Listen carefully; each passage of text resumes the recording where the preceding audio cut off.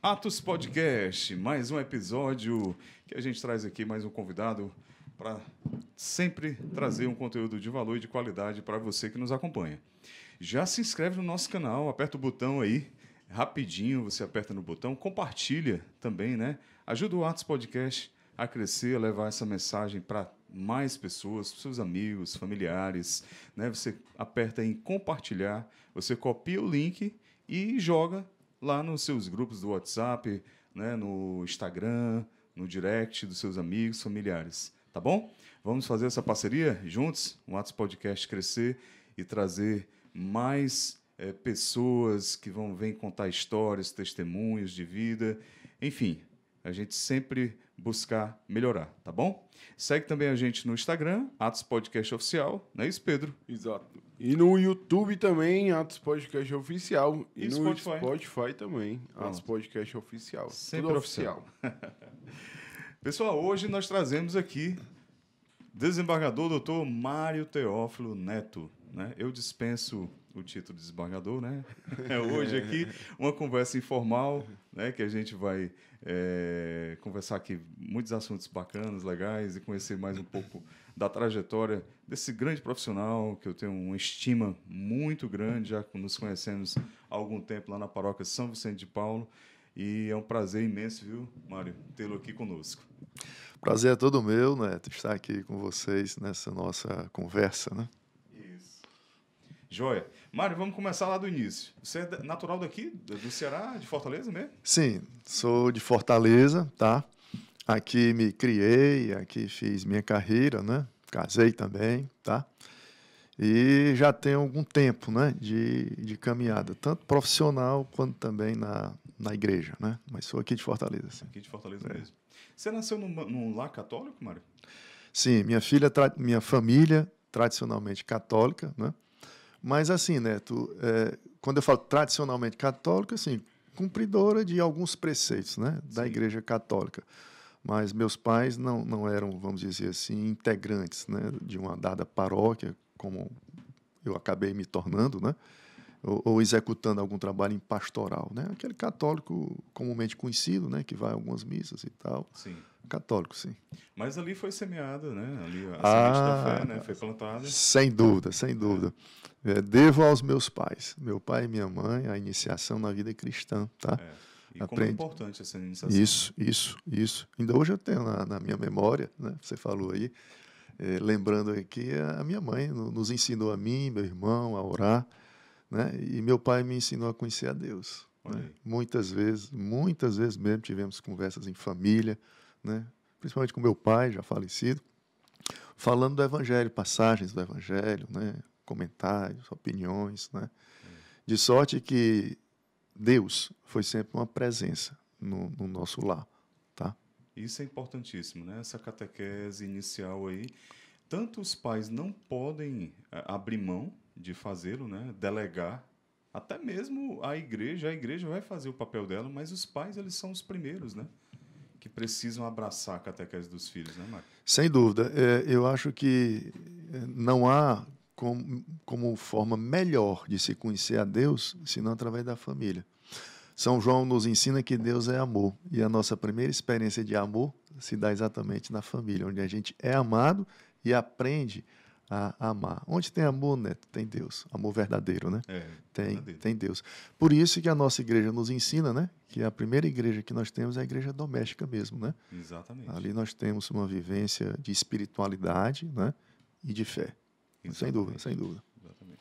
Hoje você é membro do Encontro de Casais com Cristo, da Paróquia São Vicente, ministro da Sagrada Comunhão. Também tem aquele projeto do grupo de oração, não é isso? Isso. É o grupo... Tem um nome, Perseverança. Né? Perseverança.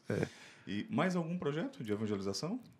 Temos, sim. Como ministro extraordinário da Sagrada Comunhão, eu e alguns outros irmãos, colegas, nós desenvolvemos um trabalho de celebração da palavra em uma comunidade, né? Assistida pela paróquia de São Vicente. Certo. São Vicente do Trilho, né?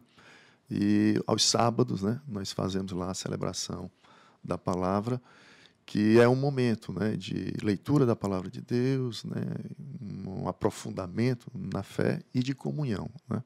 De Todos comunhão os também. sábados? Sim, todos os sábados. Atualmente nós demos uma suspensão por conta da questão dos vírus que estão Isso, sendo circulando transmitidos aí, né? por aí. Algumas pessoas lá da comunidade acometidas, né, Sim. de alguns vírus, alguns ministros também acometidos. Eu, por exemplo, tive também. E pretendemos retornar em agosto, tá? Mas esse trabalho já acontece há 4 anos, salvo engano, né, nessa nossa assistência àquela comunidade, que para nós é muito importante. Sem dúvida. Porque quanto mais a gente fala de Deus para as pessoas, mais a gente também se evangeliza. Sim, Sim. sim. As Nós pessoas... somos os primeiros a ser Isso, evangelizados. isso, é interessante isso, né?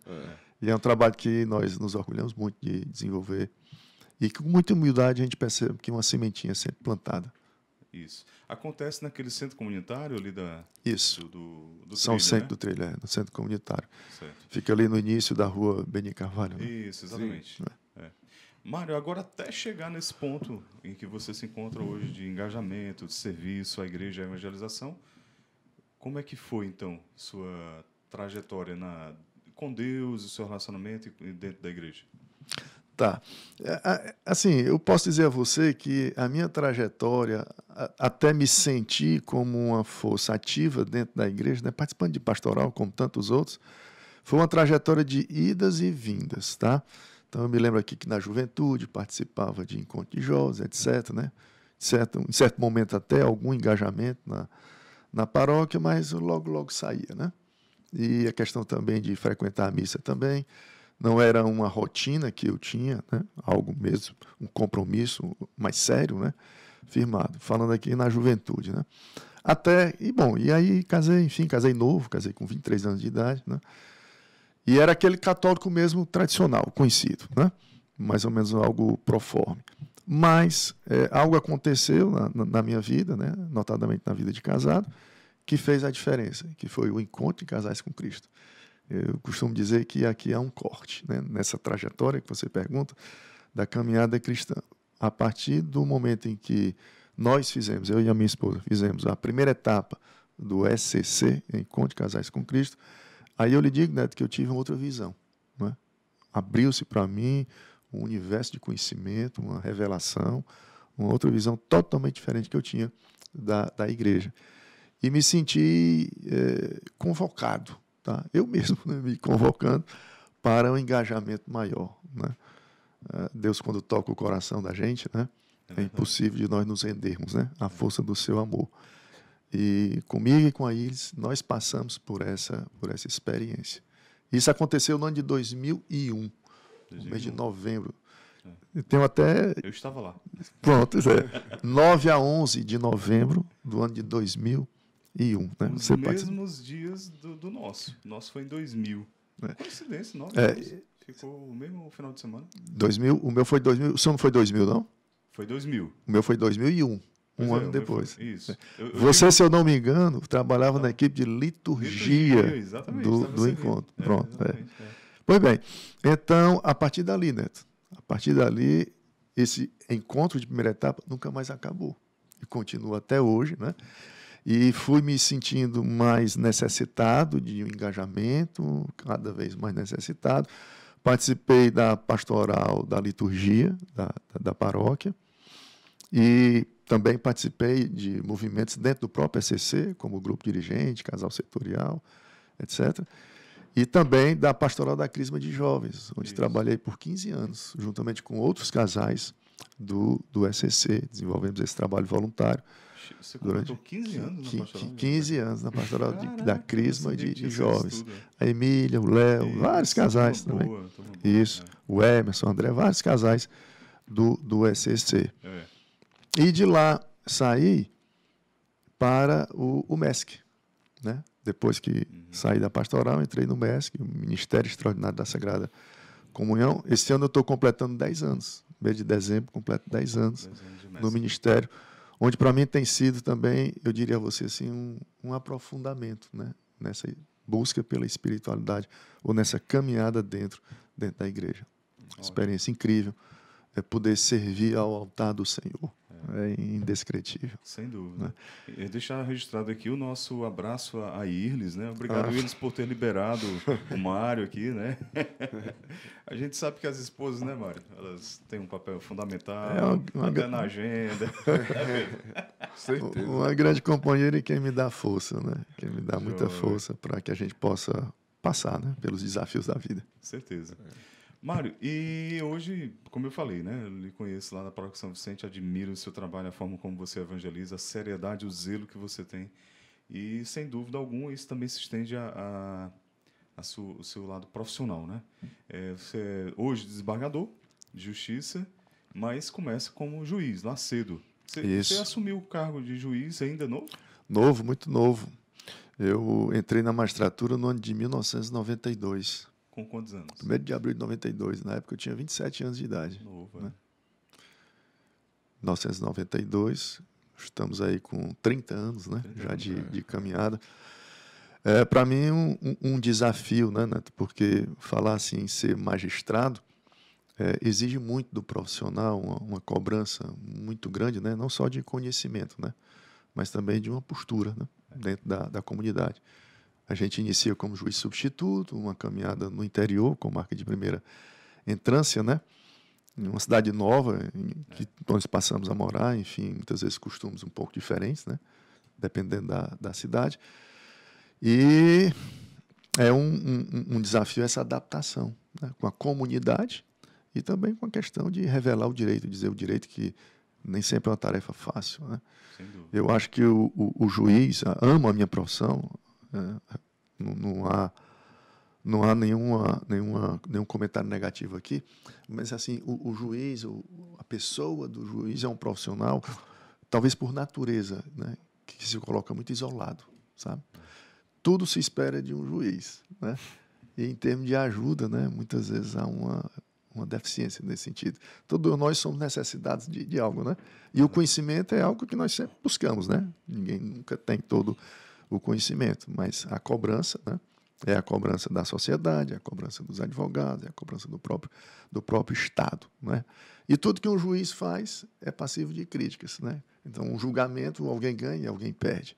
Quem perde, normalmente, vai dizer que aquele julgamento está errado. E é um ataque que o juiz sofre. Então, assim, além dessa cobrança, é um trabalho muito criticado, né, por conta dos recursos. Crítica aqui no bom sentido, né? Sim. Tecnicamente falando. Então é aquela coisa, você sempre está sendo desafiado. Todo dia você, como profissional, está sendo desafiado. E você, a cada dia, tem que provar que você está no caminho certo, né? Que você está fazendo a coisa certa. Tem que ter muita convicção, né, daquilo que você está fazendo. Daí porque eu falo da questão do isolamento, né? Em que o profissional, né? Por natureza mesmo, né? Que também não vai como uma crítica, não. Sim. Mas é a própria natureza da função, né? Da função. É por isso que se fala tanto em sacerdócio, né? Que isso, exatamente por isso. Exatamente por isso. E aí eu gostaria de acrescentar um link com a minha formação cristã e a minha profissão. Quer dizer, isso me ajuda muito, tá? Buscar a Deus, buscar uma espiritualidade, procurar ter uma vida de fé, ajuda muito interiormente a vivenciar não só o desafio da vida como um todo, mas particularmente na minha profissão, entender, né? Entender melhor, né, as situações, tá? E me fortalecer interiormente para poder receber as críticas, né? Os embates, né? Que o processo... Como se diz hoje, os cancelamentos, né? Como isso, se diz hoje. Exatamente. As né? pessoas são canceladas. Que acontecem.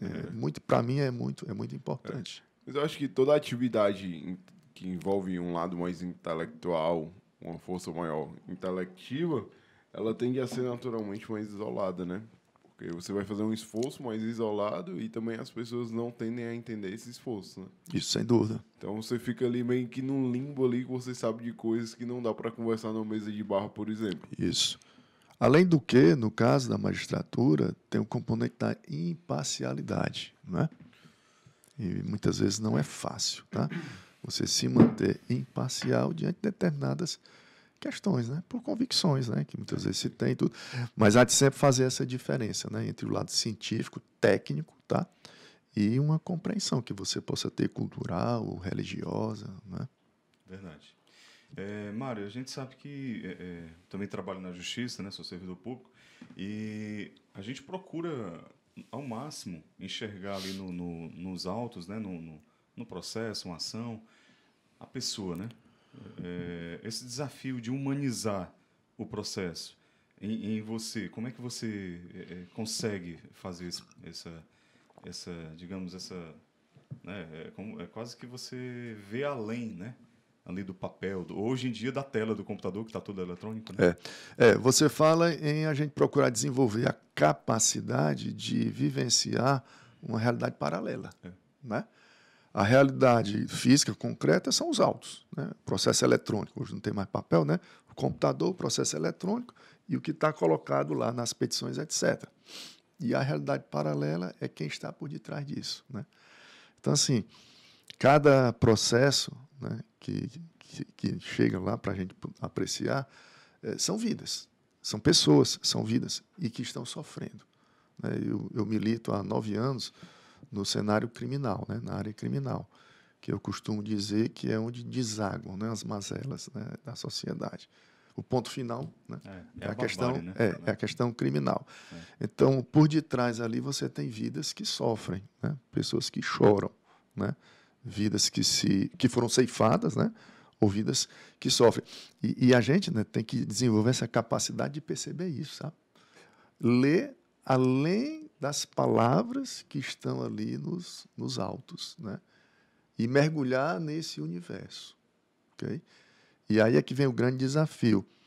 A letra fria da lei, tá? Ser aplicada nesses dois universos, né? Esse universo do papel que nós estamos vendo, da tela do computador, mas que também a gente sabe que é direcionado a essas vidas que sofrem, né? Não é uma tarefa muito fácil. Com o tempo, né, é que eu acredito que o profissional consiga ir desenvolvendo essa sensibilidade.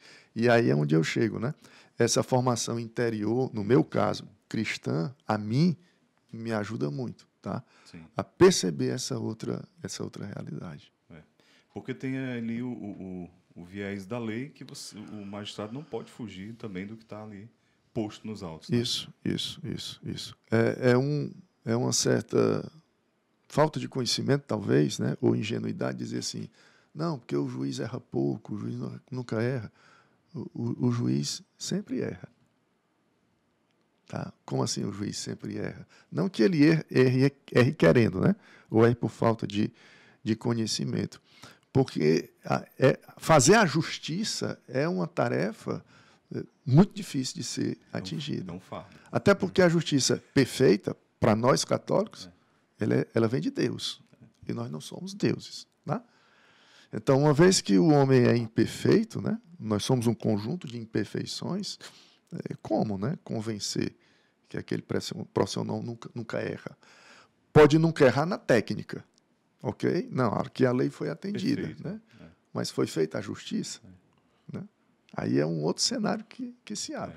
Então, nesse sentido, né, por isso que eu lhe digo, né, essa perfeição ela é algo ilusório. Né? A gente cai no campo filosófico, né, de questionar o que é a justiça. Né? E a justiça que a gente aplica é a justiça do possível. Né? É a justiça do possível, que está presa à minha capacidade intelectual, à minha capacidade de desenvolver um dado raciocínio, enfim, as minhas limitações, né? Como acontece com qualquer um. Né? Mas tem também um lado bom, né? Claro, como tudo na vida, né, Mário? Você resolver um processo e ver que aquilo ali atingiu positivamente sem dúvida. uma família, uma pessoa, né? Houve a justiça no concreto realmente foi feita, dúvida, né? Sem dúvida. É um misto, né, de erros e de acertos, e o exercício da magistratura proporciona, sem dúvida, né, essa satisfação para o profissional de saber que contribuiu. Né? Se, por um lado, o processo ele está recheado de muito choro, muita infelicidade, né, muito sofrimento, por outro lado, o juiz pode contribuir para que esse choro se transforme em alegria, para que esse sofrimento seja minimizado, né? Para que haja um alento para as pessoas ali, né? Um status de felicidade para aquelas pessoas, sem dúvida alguma. Né? O juiz costuma-se dizer, é a boca da lei, né? É a lei falando, que pode proporcionar, sim. E proporciona, sem dúvida, muitas vezes proporciona aquele sentimento de justiça, né? Sem dúvida. Mário, você falou que rodou um pouquinho aí pelo interior. Quais as cidades você passou? Eu trabalhei em Ubajara, né? Na Serra Grande, né? Ubajara, Ibiapina, São Benedito, Guaraciaba do Norte. Olha aí, bom demais. Trabalhei em Crateús, Novo Oriente, Independência. No meu tempo tinha a figura do juiz zonal, né? O juiz zonal era um juiz que atuava na área criminal, tá? Nas zonas, nas cidades, comarcas que compunham uma determinada zona, né? E eu fui zonal de Crateús. Então, como zonal de Crateús, trabalhei não só nessa comarca sede, né? Mas também nas cidades ali próximas, né? Sim. Estive também em Ipueiras, né? Enfim. Sim. Algumas cidades da região. Passou quantos anos rodando no interior? Passei pouco tempo, porque na minha época havia uma carência muito grande de juízes, tá? Passei aproximadamente 2 anos. E aí foi o tempo em que houve a criação dos juizados especiais. Eu e mais alguns colegas fomos promovidos para os juizados especiais que começaram na capital. Por isso nós viemos, né? Entendi. Aí você teve uma época até naquele juizado ali, eu participei até de alguma coisa lá.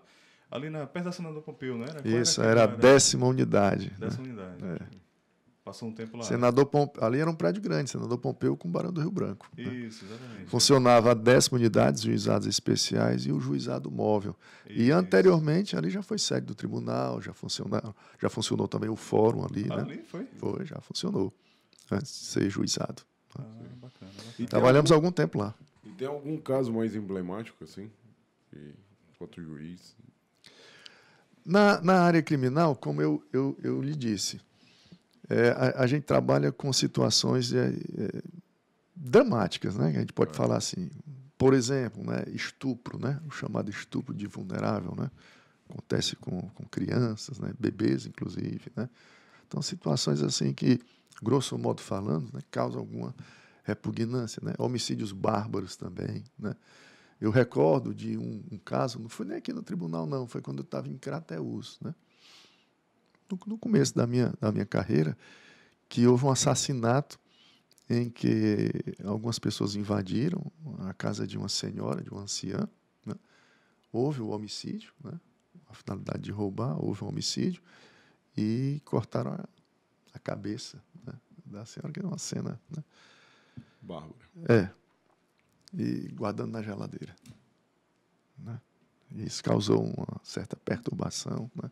Na época, um certo alvoroço, um caso um tanto difícil, né? De elucidar, faltavam testemunhas, enfim. Um caso marcante, né? Você perguntou, né? Sim. A gente lembra dessa situação. Fora isso, né? Os crimes. Falar de crime sempre é uma situação muito delicada, né? São fatos muito, muito dramáticos, né? Mas, enfim, né? É o desafio e é o chamado, né? A vocação, Neto, a gente entende como sendo um chamado de Deus, tá? Então, acima de tudo é isso, né? O profissional se sentir que está servindo a Deus, né? Seja na parte difícil, seja na parte fácil, enfim, os desafios que vão aparecendo, né? E procurar, né? Cumprir com esse chamado da maneira que melhor agrade a Deus, né? E o desafio de manter a esperança acesa ali, que é muito difícil, é mais tranquilo, tem que ter uma atenção especial, porque senão você começa a ver o ser humano muito mais frio ali. Sem dúvida, sem dúvida. Nessa parte criminal, por exemplo, vê-se muitas vezes, e isso está cada vez mais presente, o crime como uma opção, né? De uma forma de se até ganhar a vida. Crime com carreira. Isso. O que é muito triste, né? Retrata uma certa doença social, né? Algo, né? Um ponto ou uma falha que deve ser refletida, né? Pela sociedade como um todo, né? Pelos gestores públicos, inclusive, né? Na medida em que nós temos uma sociedade recheada, né? De conflitos, né? E aí se questiona, né? Até que ponto, né? Poderemos suportar, né? Uma situação desse nível. O crime, muitas vezes, é uma opção. Não uma opção, vamos dizer, vocacional, né? Mas dentro de uma circunstância social, acaba sendo, sim, uma opção. Na medida em que muitos delitos não são descobertos, pode parecer que compense, né?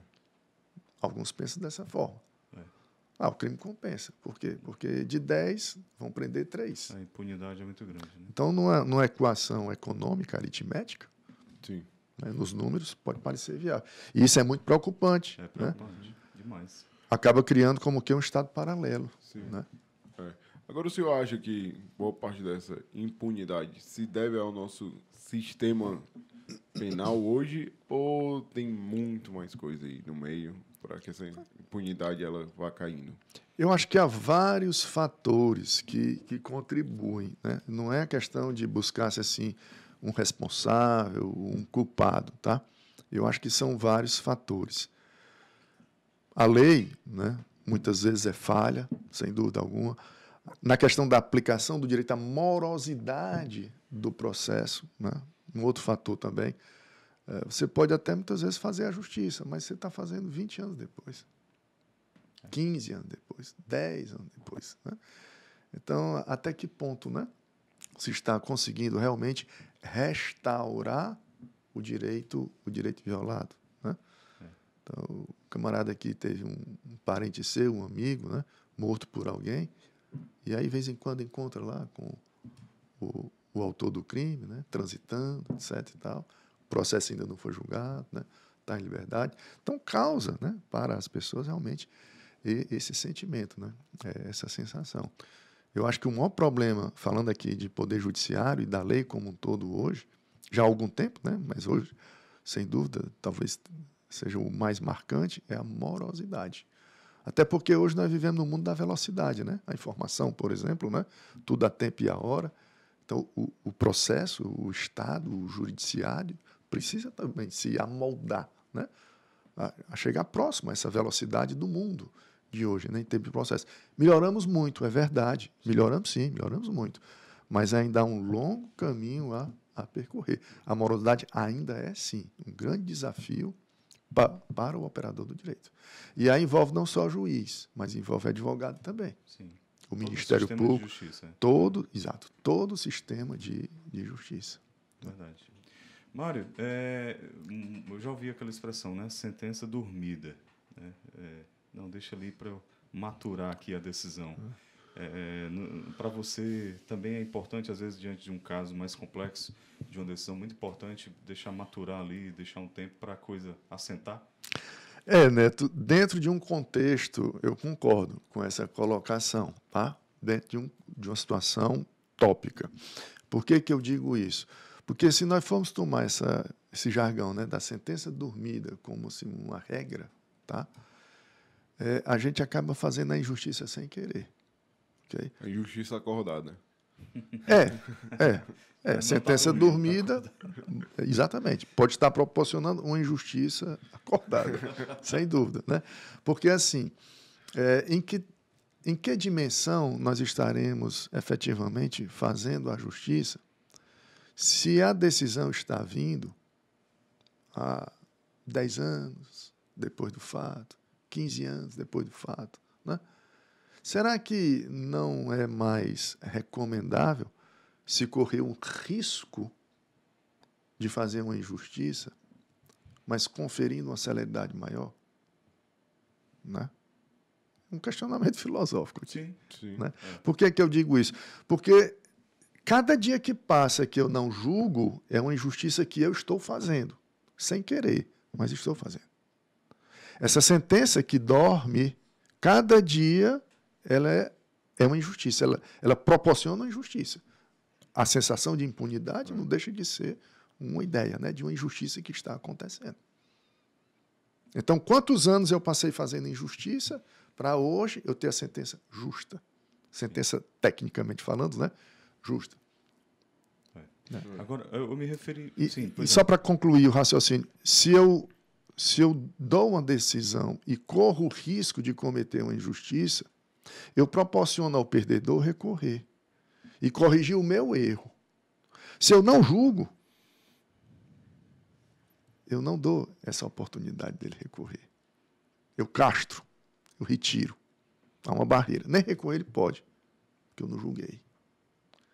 Não, mas quando julgar, vai julgar justo. Sim, mas quando julgar justo, a eficácia daquilo ali, nesse sentimento de justiça, é mínima, né? Teria que trazer outra nuance aí, que seria a justiça do tempo, né? Então, a questão da celeridade, né, é mais que conferir uma rapidez no curso do processo, mas tem muito a ver em se proporcionar justiça, mesmo correndo o risco de ser injusto, porque você proporciona a correção da sua decisão. Enquanto que, se não houver essa celeridade, nem isso será proporcionado, né? Mas, na verdade, eu quis me referir assim, o órgão, né, que vai decidir, alguns dias ou um tempo, né, para você pensar ali, né, e por isso que eu lhe falei. As ideias se assentarem. Por isso que eu lhe falei, numa situação particular, exatamente. num caso tópico. Né? Exatamente. Sim. E não protelar ali. Não, essa é uma questão complexa. Vamos fazer uma audiência pública, né? Vamos ouvir aqui alguns segmentos, mais elementos, etc. Né? Ou então, vou estudar melhor essa matéria, pesquisar, tudo bem, mas numa questão particular. Tá? Porque não toda sentença não citei isso assim como faz só 6 meses que está para julgar. Não, é só 6 meses, faz pouco tempo. Não. Sabe? É essa cultura que precisa ser implementada. Sem dúvida. Tá? Porque cada dia que não é julgado é uma injustiça que se está fazendo. Com ambas as partes, no caso. Sim, sem dúvida.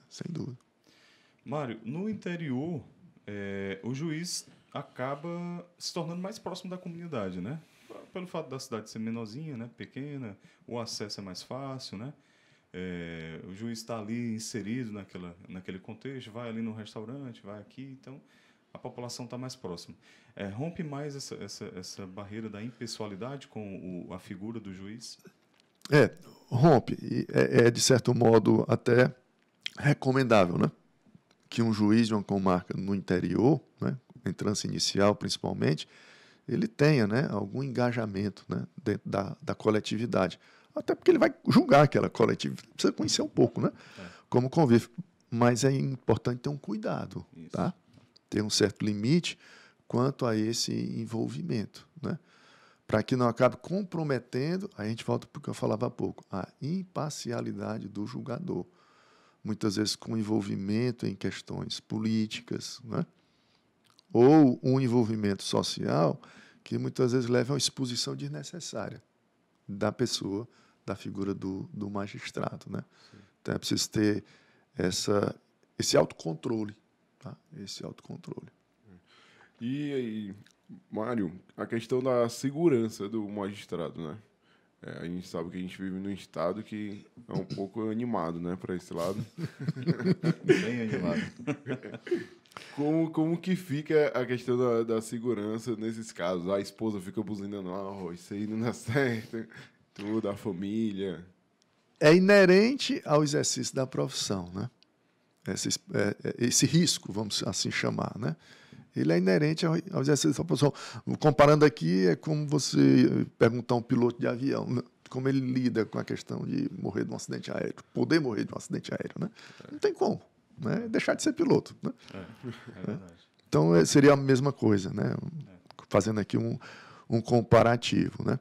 E aí volta para o que a gente falava há pouco, né? Quando o profissional tem essa formação interior, que para mim é tudo, tá? Formação cristã, buscar essa formação cristã cada vez mais, e isso nos fortalece e nos encoraja, tá?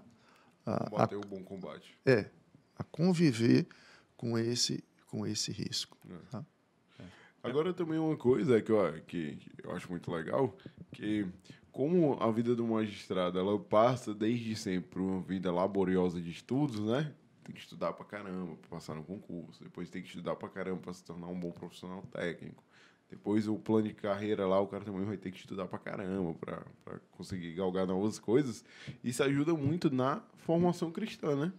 Que também exige um labor estudioso ali para você entender a doutrina, para você passar para as pessoas, para você ensinar, para você ser catequista, né? Tudo isso meio que anda junto e é legal de ver como a filosofia vai caminhando ali no meio do caminho, né? Isso. E aí vai ajudando. Todo profissional dedicado ao estudo, né? À pesquisa e ao estudo, eu acho, né? que tem uma facilidade natural, né, para também se dedicar às coisas de Deus. No caso do magistrado, né, até do advogado, falando do operador do direito como um todo, que trabalha com lei, todo aquele que trabalha com lei, interpretando lei, né? Ora, se a gente busca um certo conhecimento da lei dos homens, por que não buscar um certo conhecimento da lei de Deus? Isso. Né? Da lei de Deus. Então, se faz parte do nosso dia a dia interpretar comandos normativos, por natureza, né, nós temos essa facilidade de caminharmos, nos envolvermos, né, a esses comandos normativos de Deus, né? Sem dúvida. Os mandamentos, os ensinamentos do Evangelho, etc. Né? Em quanto tempo você chegou ao Tribunal de Justiça, ao cargo de desembargador? Foi quanto tempo da carreira até chegar? 21 anos. Eu fiquei 21 anos como magistrado de primeiro grau, né? Estou há 9 no tribunal, né? 21 anos 21 como anos. Juiz do primeiro grau. Né?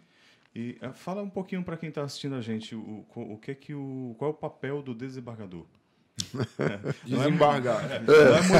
Não é muito comum você estar andando pelo shopping e topar com um desembargador, né? Exatamente. É uma figura bem... Né? Nome de rua, né? Bem isolado, bem isolado. A grande maioria da população não sabe, né? Não conhece.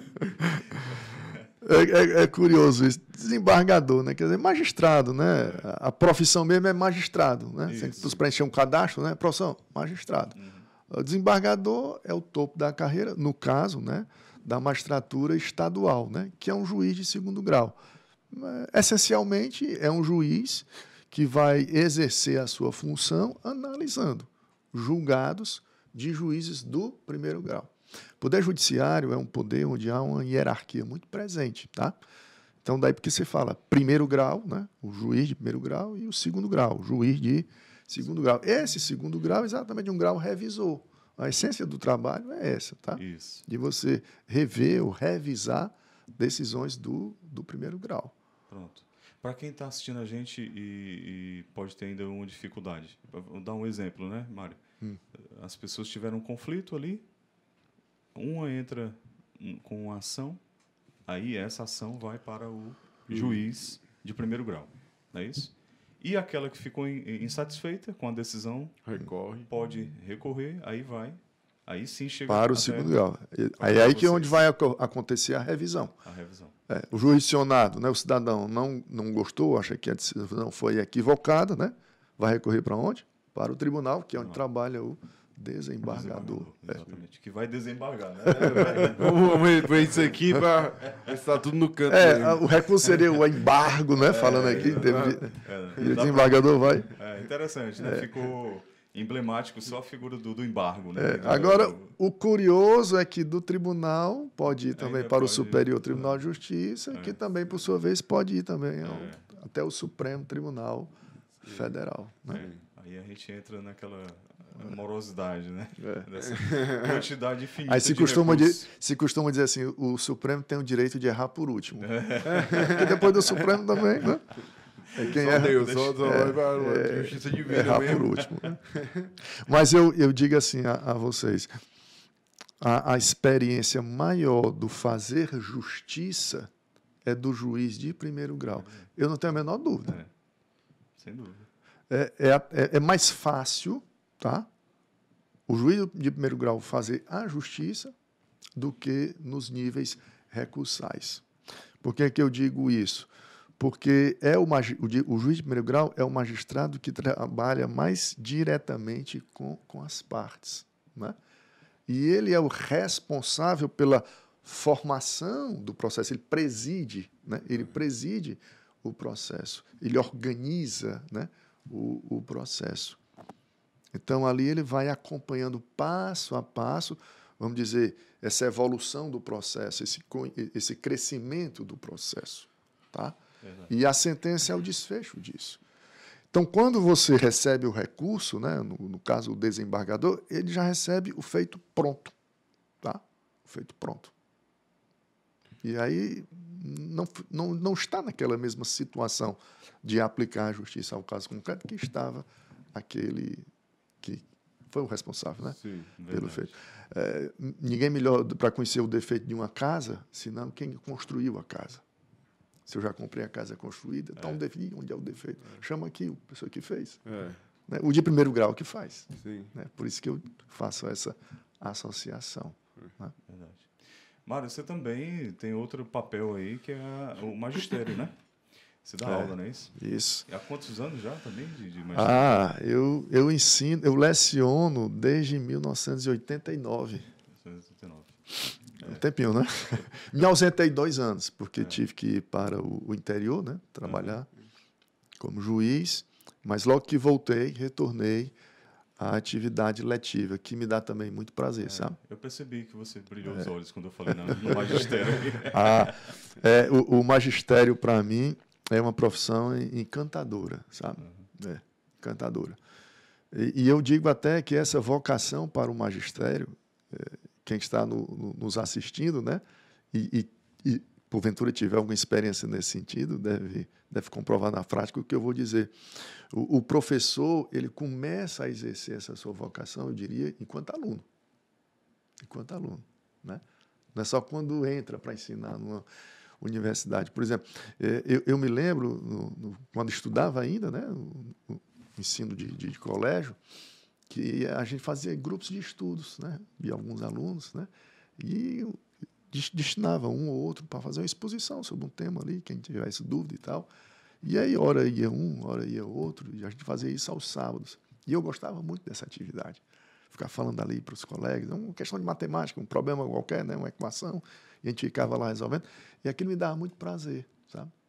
E logo que entrei na faculdade, eu fui ser monitor. Uma outra função também que na faculdade me dava muito prazer mesmo. Eu gostava de substituir eventualmente o professor, enfim, dar aula, né? E aí fui descobrindo, né, essa vocação.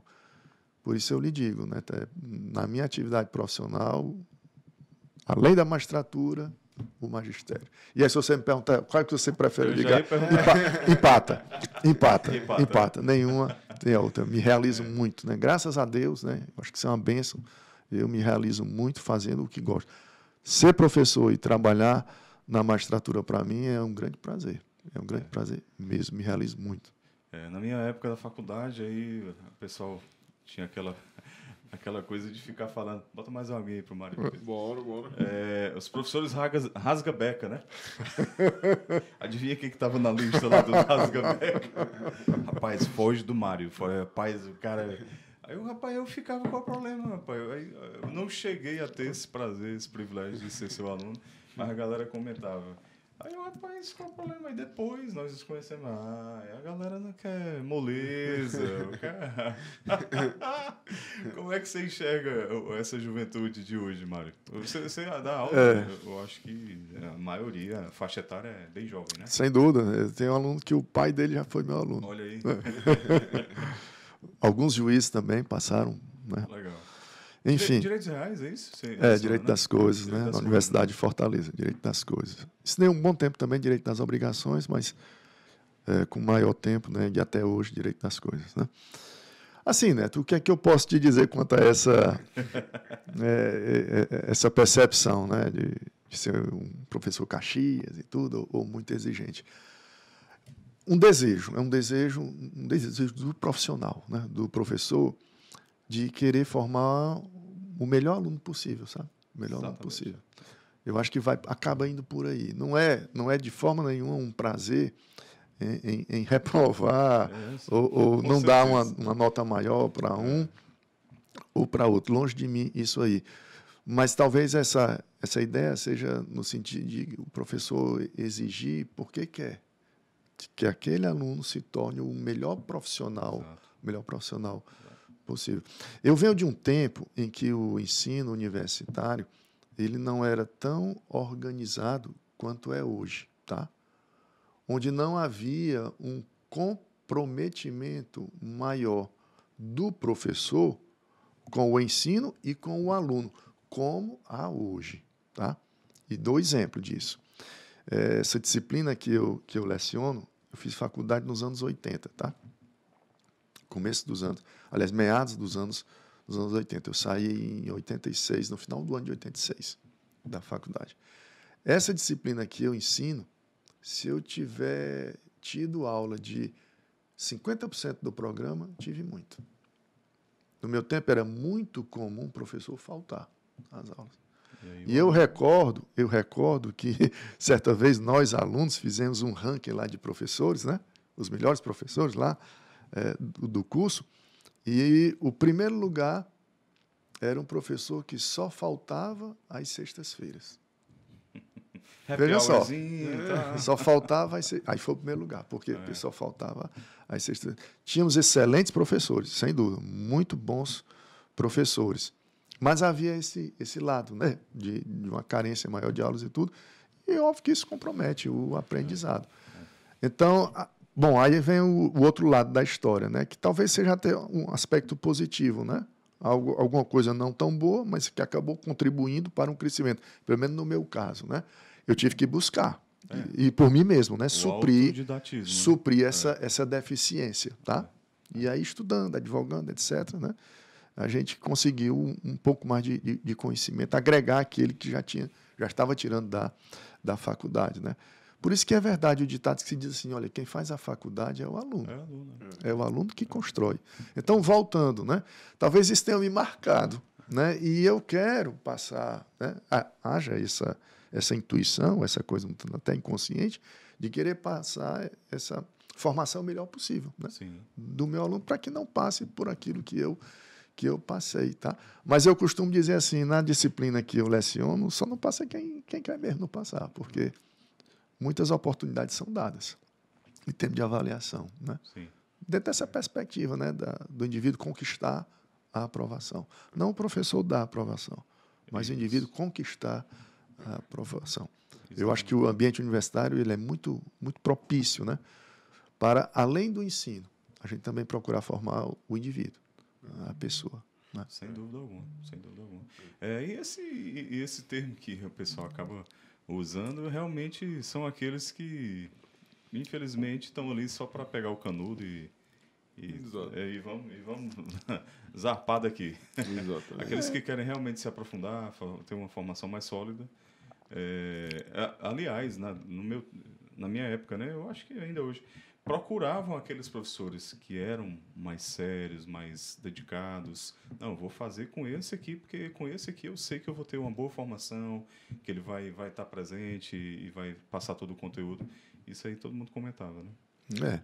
E a sua imagem de um profissional zeloso e com seriedade, né? Seriedade no sentido de levar a coisa a sério e fazer o trabalho como deve ser feito, com excelência, isso aí sempre também foi notório. E a gente sabia disso. Mas, infelizmente, eu acabei não lhe pegando como meu professor. Mas eu adotei a lista e fui no caminho. Os horários não deu. Porque eu fazia à noite. Eu não sei se você dava aula à noite também. Durante algum tempo daí, tanto de manhã quanto à noite. Acho ultimamente que no meu período você não estava à noite. Aí a gente acabou não se cruzando. Né? Pode atualmente, falar, mano, não tem problema não. Atualmente eu estou com 2 turmas, uma na parte da manhã e uma à noite. Horário AB noite e CD manhã. Sim. Agora tem uma conversa que eu falo que a turma da noite é muito mais dedicada. Acontece isso mesmo? Eu não diria assim, a turma é muito mais dedicada. Eu diria que à noite você tem alguns alunos que têm um nível de responsabilidade quanto à questão do ensino, talvez maior, porque tem mais maturidade. Né? Normalmente quem estuda à noite é quem já trabalha, ou quem já faz um estágio, entendeu? Eu estou pagando isso aqui, já venho cansado, eu vou fazer valer, né? Ele valoriza mais. Ele valoriza mais aquele tempo. Ao passo que aquele que estuda de manhã, pode ser, né, um ou outro, a gente não pode generalizar, não tem essa percepção. Né? Eu digo aqui a vocês um testemunho que certa vez um aluno me deu. Já depois de ter feito a disciplina, encontrei com o ex-aluno e ele disse assim, professor, eu lamento não ter feito a sua disciplina com o nível de compreensão que eu tenho hoje. Né? Da vida como um todo, né? Do direito, da vida. Porque hoje eu me sinto mais maduro. E eu acho que se eu fizesse hoje, eu teria aproveitado mais do que quando eu fiz por conta de uma certa imaturidade que eu tinha. E às vezes a gente observa muito isso, sabe? Sim. E aí entra nessa questão, né? A turma não é a turma da noite, assim, mas talvez... A circunstância da noite Pronto, proporciona esses casos aparecerem mais. Porque você já tem um número maior de pessoas com esse nível de maturidade, né? Sim. Agora, você não acha que a faculdade hoje exige muito... Não é, vamos dizer assim... O ensino como um todo, ele exige muito cedo da pessoa tomar uma decisão como uma faculdade, outras coisas e tudo? Sem dúvida. Sem dúvida. O jovem, né? O jovem ele é provocado, né? Muito cedo a ter essa opção vocacional, né? E muitas vezes há uma opção equivocada, né? Que é feita pela própria imaturidade mesmo, né? Mas eu acho que isso é em decorrência da concorrência, né? Que nós temos hoje em tudo, né? Principalmente nessa área do estudo, né? Do ensino, né? Das profissões, né? A concorrência é muito grande. E cada vez mais o jovem, né? É desafiado mais cedo a fazer essa opção. E o que eu diria quanto a isso, né? Procurar basear, sabe, essa sua escolha, né, em valores e não na questão do mercado em si. Vou fazer vestibular para esse curso porque tem concurso, né? Ou porque eu vejo pessoas que têm um rendimento maior do que aquele outro. Mas se você não tem a vocação para aquilo ali, é uma ilusão. É uma ilusão. A coisa de passar em concurso público, né, de um modo geral, nós estamos falando de um universo de menos de 10% daqueles que fazem o curso. Né? Porque não tem vaga para todo mundo. Sim. Não tem vaga para todo mundo. Sim. Então, de 50 de uma turma, com certeza os 50 não estarão, né, alocados, né, inseridos numa vaga de concurso.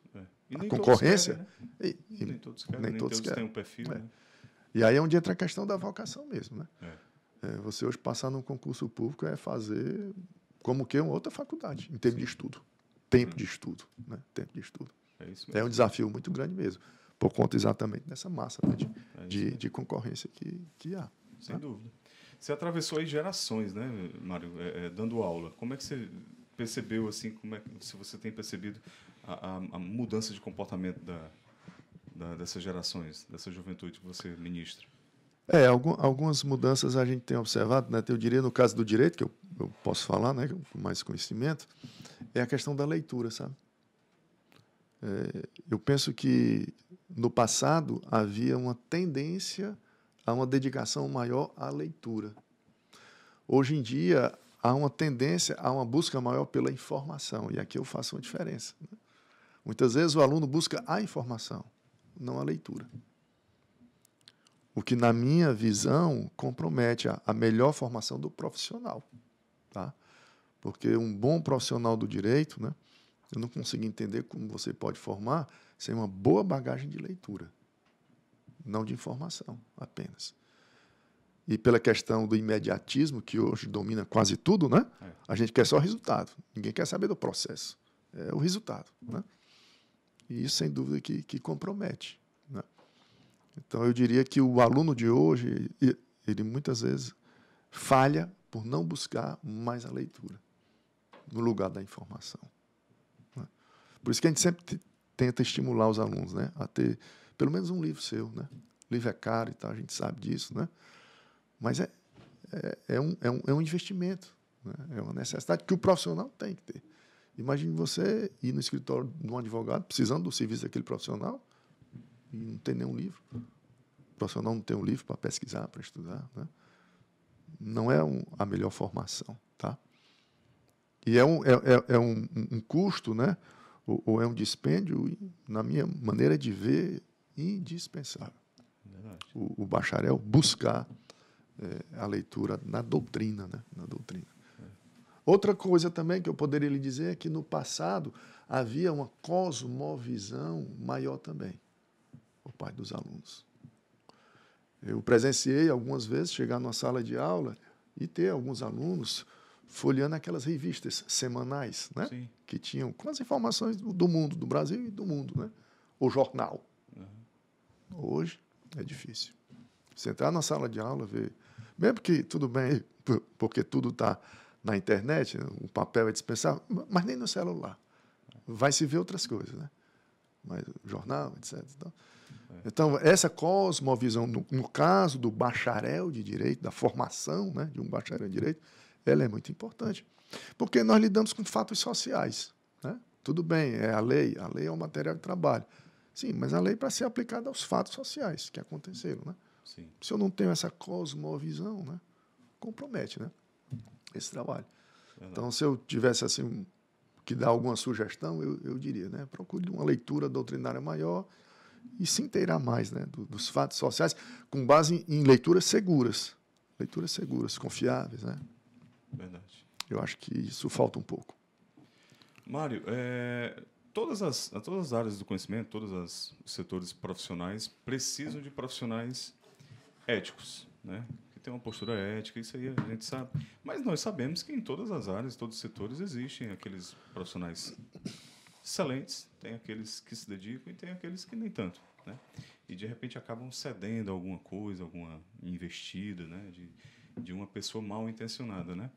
Mas eu vejo que no mundo do sistema de justiça, isso é uma coisa que se exige mais, né? Eu acho que assim como se exige do padre uma postura de padre, se exige do profissional da justiça uma postura realmente ética e tudo, né? Na sua trajetória profissional, como é que você percebeu assim que o seu posicionamento, né, frente a, de repente, pressões, algum tipo de pessoa mal intencionada que chega aqui ali querendo, né, de alguma forma lhe desviar ali do seu comprometimento ético? E isso você vê como uma determinante o profissional colocar aquele limite e dizer, aqui, né, não vem que não tem, né? Eu acho assim, Neto, essa investida a que você se refere, né, ela, para acontecer, exige um pré-requisito. Ou seja, essa pessoa que vai abordar saber se aquele profissional é vulnerável ou não.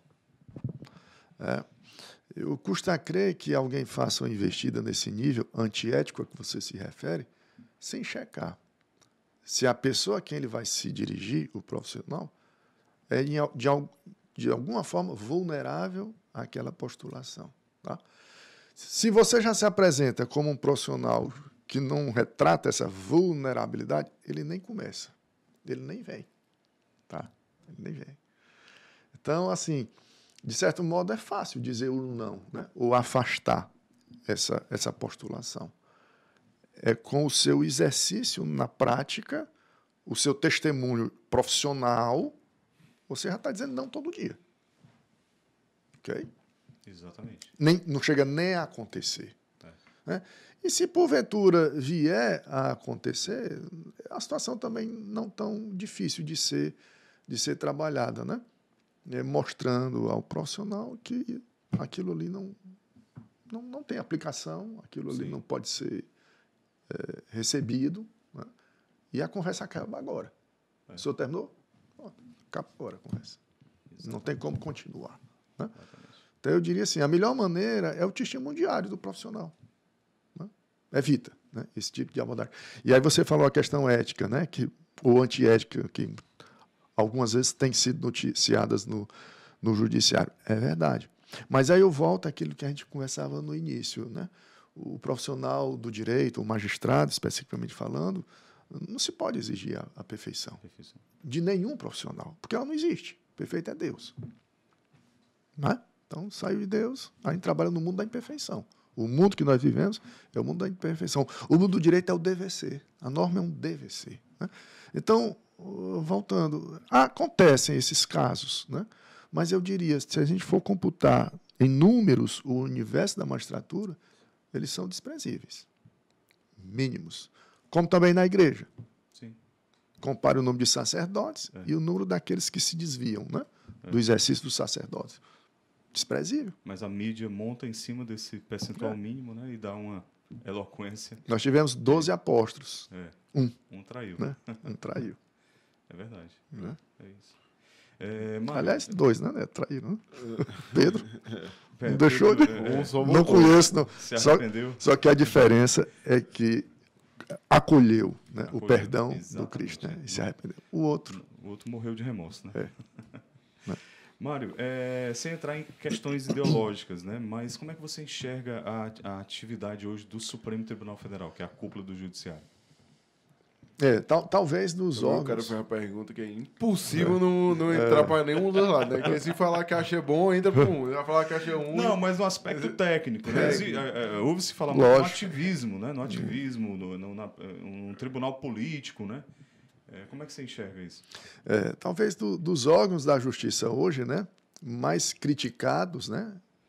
E aquele de que se exige mais seja o Supremo Tribunal Federal. Está nos jornais diariamente. O pessoal tudo, comenta, né? Que a população brasileira hoje em dia não sabe quem são os 11 jogadores da seleção, mas sabe quem são os 11 ministros, né? Exatamente, né? E assim, o que é que eu lhe diria, né? Quanto a esse contexto geral que a gente vivencia. Eu falava há pouco, é inerente da carreira da magistratura, você está sendo desafiado diariamente. Você correr riscos, tá?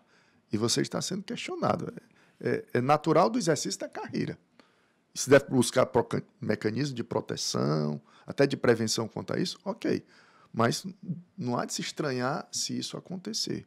O juiz está desagradando pessoas diariamente. Com o Supremo Tribunal Federal não é diferente. Tá? Então, falando tecnicamente, talvez a questão não seja o Supremo em si, mas a forma como se critica o Supremo. É essa a maneira adequada, é a maneira correta? Né? Qual é a maneira legalmente prevista, né? E por ser legalmente prevista, deve ser buscada, se há algum nível de descontentamento. Então, eu acho que a reflexão parte daí, sabe? Um Supremo perfeito nós nunca tivemos, nem vamos ter. Como um juiz perfeito, nunca tivemos, nem vamos ter. E não é só no Brasil, não. É no mundo inteiro. Errar faz parte do exercício da magistratura. Agora, existem os meios de combater os erros. Né?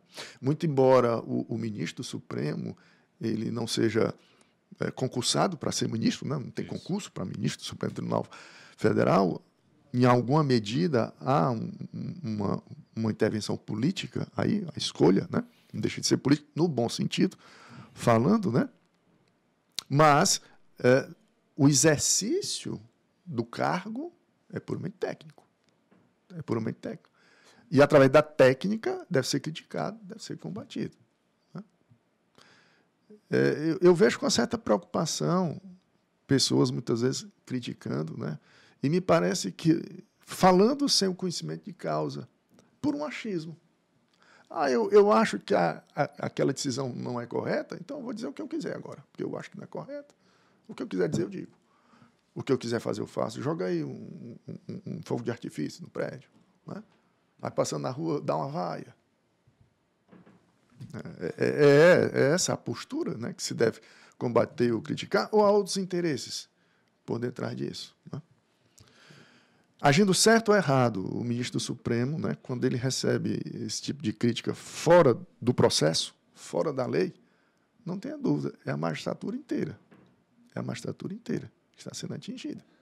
Assim como quando um parlamentar recebe uma crítica, procedente ou não, mas fora, né, do que prevê a lei, né? Um xingamento, etc. Às vezes até condutas criminosas que são praticadas, é uma ofensa que você está fazendo à atividade parlamentar por inteiro.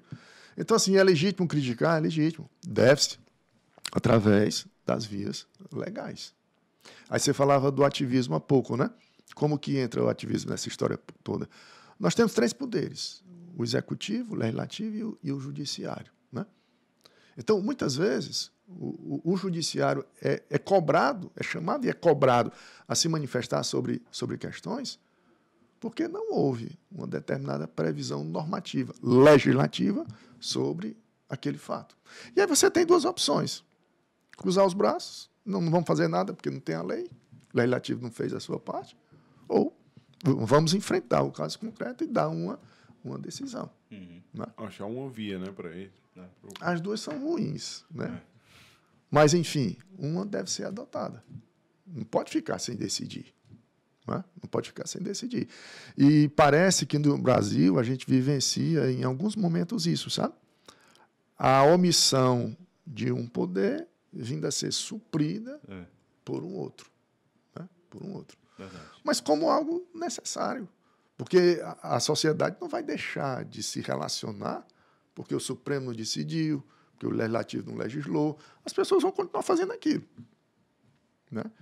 E não decidir. Aí volta para o que a gente falava há pouco também. Cada dia que passa e que o juiz não decide, é uma injustiça que estará acontecendo. Né? Então, tendo a lei ou não tendo a lei, o que a sociedade quer é que aquele conflito ele seja, de alguma maneira, pacificado, pelo menos resolvido.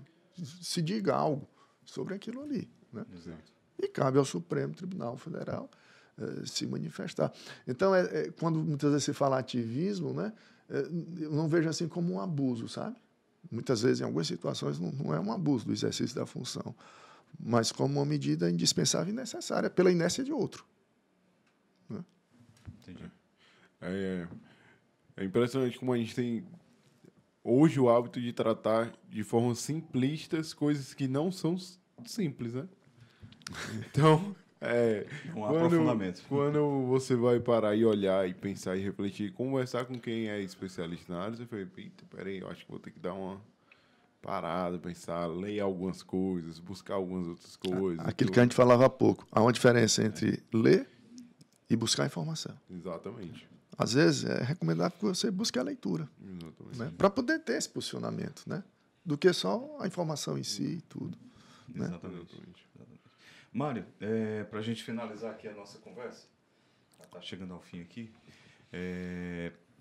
de que forma você busca dar o seu testemunho de vida como um cristão católico no exercício da sua função, tanto no magistério como na magistratura? Buscando viver a verdade, Neto. Buscando viver a verdade. É um desafio, né? E não é fácil. Né? Cada um de nós olhar para dentro de si. Né? Eu me conheço, qual é a minha verdade? Né? Qual é a minha verdade? Buscando viver a verdade. Fazendo aquilo que a gente entende que precisa ser feito. Olha, quantas vezes eu já tenho me deparado com situações que exigem de mim um pronunciamento que eu não queria fazer. Não queria. Às vezes até bate um certo temor, sabe? Mas eu não posso deixar de fazer. Porque é o que é necessário para aquele momento. A verdade, ela precisa ser vivenciada. Eu acho esse o maior testemunho de um profissional que busca a Deus. Sabe? Deus é amor, é certo, Deus é amor, mas a verdade, amor verdadeiro. Né? E assim, Deus não espera de nós uma atitude apenas para agradá-lo, mas a atitude de acordo com os valores do Evangelho. Né? E eu acho que o ponto de partida é você viver a verdade. Essa situação exige de mim pronunciamento A, mesmo que eu não queria fazer, mas eu vou ter que fazer. Porque a verdade é essa aqui. Não, mas porque o fulano... Não. Não entra. Esse questionamento ele acaba aqui. Não tem como fazer. Não, mas se eu fizer assim... Não. Não é pensar nas consequências. Né? Às vezes as pessoas costumam adotar medidas, decisões, pensando no depois. Não, se eu fizer isso, vai acontecer aquilo. Qual é a verdade? Independente do que vai acontecer.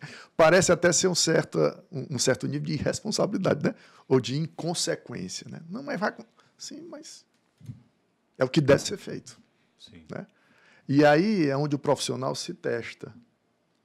Eu sou um profissional covarde ou eu sou um profissional que busco vencer os meus medos? Né? Voltando, né? Não tem o perfeito, tá? Uhum. A gente sempre traz algum tipo de imperfeição naquilo que a gente está fazendo todo dia e a todo momento. Mas a questão é eu saber disso. Eu sei, eu conheço essa minha imperfeição. E nesse momento, essa minha imperfeição não vai ter o lugar, não. Eu vou me enfrentar. Eu vou me enfrentar. E eu vou por um caminho aqui que não é aquele que eu queria, mas é aquele que precisa ser adotado. Esse é um desafio diário, e eu acho que essa é a maneira que a gente pode fazer, né, de exercitar qualquer ofício que seja, né, com uma consciência mais tranquila de que está agradando aquele que a gente acredita e aquele para quem a gente vive. Né? Sim. Para quem a gente vive. Sim. Fidelidade. Né? Verdade. E o primeiro ponto aí do testemunho, né, de você evangelizar, vem pela sua postura, né, pelo seu proceder, né, aquilo que você faz, mais do que aquilo que a gente fala, né, e em todos os ambientes. Isso aí repercute, as pessoas percebem a sua postura, as pessoas elas lhe respeitam quando você se posiciona e você deixa bem claro ali o seu proceder, né? A partir disso, você enxerga também no seu âmbito de trabalho, tanto no tribunal como no magistério, também oportunidades, mas não só de você testemunhar ali com a sua vida, mas também, de repente, dar uma palavra, né, de colocar alguma situação que cabe ali uma evangelização? No trabalho é mais difícil esse nível de evangelização tão explícito, né? Uhum. Respondendo ao que você colocou. Mas aquilo que eu falava, né, é pelo testemunho, né? Pelo testemunho que se dá de procurar ser verdadeiro, né? Que não deixa de ser também uma forma de evangelizar. Porque, assim, né, fica muito difícil no dizer o direito, né, se buscar um discurso bíblico. Né? Sim. Porque, sabe, eu não sou adepto da ideia de que se você tem cristãos no tribunal, você vai ter uma justiça melhor. Não, e isso não está na Bíblia, e eu acho que essa não é a vontade de Deus, não. Não nos esqueçamos. Quem pediu a crucificação de Jesus Cristo foram pessoas que se diziam acreditar em Deus. Foram os judeus. O imperador não queria crucificar. Ele queria açoitar e soltar. Pilatos, eu não vejo crime algum nesse homem. E os judeus lá crucificam. Então foram pessoas que conheciam a palavra de Deus, que pediram a crucificação de Jesus Cristo. Tá? Então, o errar, e volta para a imperfeição, o errar é do homem. Seja cristão ou não cristão, por ser homem, ele erra. Tá? E por isso que eu lhe digo, e até porque não cabe, porque o direito é uma ciência. Né? Mas eu não digo nem na manifestação do direito, ali no trato com os colegas, né, com os servidores, né, no ambiente de trabalho, que eu digo, não exatamente no momento sem que dúvida, você... Né? Sem dúvida.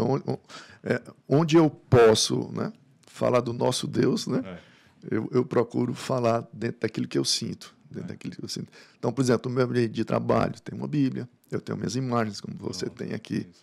Um hábito que eu tenho diário. Cheguei no meu gabinete, faço minha oração de entrega a Deus. Terminei meu trabalho, estou saindo, faço minha oração, agradecendo aquele trabalho a Deus. Vou abrir uma sessão. Nós temos sessão criminal toda terça-feira a partir de 13h30. Invoco a Trindade Santa. Terminei a sessão, agradeço a Deus. Né? Para mim faz muito bem, e tenho certeza que para muitos também. Sim, né? Que ouvem também faz muito bem. Sinta a presença, e aí falando de maneira mais direta, sinta a presença. Né? Em vários momentos do meu trabalho, sinta a presença, né, do Espírito Santo. Nós que comungamos o Cristo, né, procuramos não nos separar dele. Né? Erramos, né, muitas vezes nos afastamos, mas procuramos sempre essa busca, né, em vários momentos. Né? Sinto isso também. Não é? E o que nos dá força, né, Neto? O que nos dá força para que a gente possa fazer aquilo que a gente acredita. Né? E nada melhor do que o testemunho. Né? Muito mais do que as palavras, né? Os atos, as ações falam por si mesmo. E muitas vezes não é fácil, porque as pessoas também não entendem. Né? Verdade. Mas se a gente busca a Deus, né? não pode temer os homens. Né? Exatamente. Pessoal, que papo maravilhoso aqui com o nosso amigo Mário Parente Teófilo Neto, né? Meu xará, Neto. Isso. Mário, você possui redes sociais? Não. Tá certo. Quem quiser lhe encontrar, vai lá na Unifor. Vai lá na Unifor, né? Vai lá no Tribunal de Justiça. Ou então o WhatsApp mesmo, né? Ou no Tribunal de Justiça, né? Ou na São Vicente. Na São Vicente. São Vicente de Paulo. Chega lá na missa, você está sempre lá na missa dominical das 19 horas. né? Estamos sempre lá servindo. Terça-feira também, às 6h30 da manhã, né? Estamos lá também, né? Temos a reunião do nosso grupo de oração, às quintas-feiras também, né? A partir de 19h30 também, né? Aberto. Foi bom você lembrar. É aberto, né? Aberto. Está acontecendo todas as quintas? Todas as quintas. Ontem mesmo tivemos. Oi, joia. Então, se você quer bater um papo com o Mário, né? Conhecê-lo pessoalmente, cara maravilhoso, você pode procurar esses canais aí. Não é isso, Pedro? Exatamente. Realizei um sonho aqui, conhecer um desembargador. Vou te calar. Ô, homem difícil, viu? Pegar na mão do desembargador, né? É isso aí. Gente, muito bom, viu? Obrigado, Mário. Aperta aí no botãozinho aí de se inscrever no nosso canal. Deixe seu comentário aqui sobre a nossa conversa de hoje, né? E também segue a gente lá no Instagram, tá bom? Atos Podcast Oficial, né, Pedro? Exatamente. Também segue lá a Rede Brasil com Z Coworking, nosso parceiraço aqui que cedeu o nosso estúdio aqui para gravar com o Mário. Se você precisa de uma solução de endereço fiscal, fala lá com o pessoal que você vai ser muito bem atendido. E também agora a Rede Brasil trazendo uma novidade, viu, Mário? Que pode gravar podcast aqui agora, junto com a Atos Produções. E é isso, se inscreve, deixa seu like, acompanha o trabalho do Mário lá. É isso aí. Vale muito a pena. Valeu, turma. Mário, muito obrigado, viu? Obrigado por sua presença. E se você quiser deixar uma última mensagem aí para quem está escutando a gente. Não, eu que agradeço a oportunidade, tá bom? E me coloco à disposição para qualquer bate-papo, porque estamos sempre abertos aí a falar, né? Do nosso testemunho de vida, das coisas que a gente acredita e do nosso Deus, né? É sempre uma oportunidade muito salutar, né? Para trocarmos essas ideias. Muito obrigado. Maravilha. Valeu, gente. Obrigado pela audiência.